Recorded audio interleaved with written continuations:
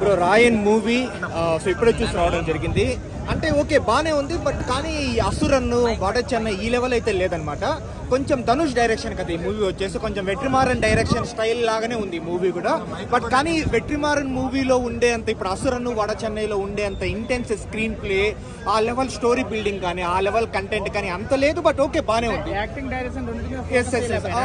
అట్లా అలా ఏం లేదు, ఇంకా డైరెక్షన్ బానే ఉంది కానీ ఇంకొంచెం స్క్రీన్ ప్లే ఇంకా చాలా బెటర్ గా తీసినట్టే బాగుండేది. బట్ ధనుష్ యాక్టింగ్ కావచ్చు, సందీప్ కిషన్ యాక్టింగ్, ఇంకా కాళిదాస్ జయరామన్ యాక్టింగ్, ముఖ్యంగా వీళ్ళ ముగ్గురు కంటే ధనుష్ చెల్లెలుగా చేసిండే అమ్మాయి తుషార విజయన్, ఆ అమ్మాయి అయితే యాక్టింగ్ రగదీసింది అనమాట. తమిళ అమ్మాయి, దిండుగల్ అమ్మాయి యాక్టింగ్ రగదీసింది. అండ్ సో అది యాక్టింగ్ బాగుంది. హైలైట్ సీన్స్ అంటే ఇంటర్వెల్ ముందు వచ్చే సీన్ ఎక్సలెంట్ గా ఉంటుంది. మళ్ళీ మూవీకే ఎక్సలెంట్ అంటే సెకండ్ హాఫ్ లో ఒక సీన్ ఉంటుంది, క్లినిక్ లో ఒక ఫైట్ ఉంటుంది అనమాట. అది నెక్స్ట్ లెవెల్ ఫైట్. ఇట్లాంటి గూస్ బంప్స్ ఇచ్చే సీన్స్ సీరియస్లీ వాళ్ళ సిస్టర్ ని చూస్తా ఉంటే లేడీస్ కి ఇంత పవర్ఫుల్ క్యారెక్టర్ నిజంగా చాలా మంచి పని చేస్తారు. ఎందుకంటే ఈ మధ్య వస్తా ఉన్నాయి లేడీస్ కి మంచి పవర్ఫుల్ క్యారెక్టర్స్ అంతా కూడా. దీంట్లో కూడా వాళ్ళ చెల్లెలకి మంచి పవర్ఫుల్ క్యారెక్టర్. అంటే ఈ మూవీలో హీరోయిన్ అనేది లేదు, ఏదో సందీప్ కిషన్ కి అపర్ణ ఉంది కానీ హీరోయిన్ అనేది లేదు. కానీ హీరోయిన్ డెఫినెట్లీ ధనుష్ వాళ్ళ చెల్లెలే ఈ మూవీకి హీరోయిన్ అని మనం చెప్పొచ్చు అనమాట.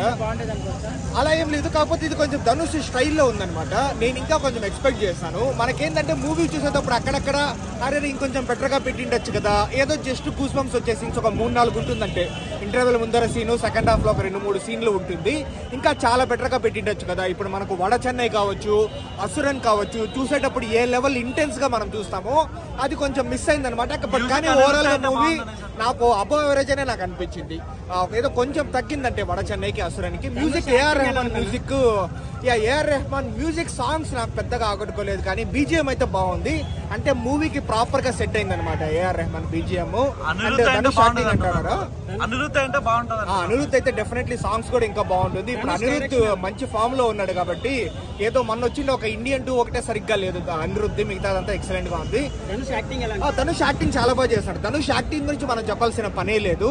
ధనుష్ కావచ్చు, కాళిదాస్ జయరామన్ కావచ్చు, సందీప్ కిషన్ కావచ్చు, లేదా వాళ్ళ చెల్లెలు తుషార విజయన్ కావచ్చు, అందరూ చాలా బాగా చేస్తారు. కాకపోతే మూవీ ఇంకొంచెం బాగుంటే బాగుండేది.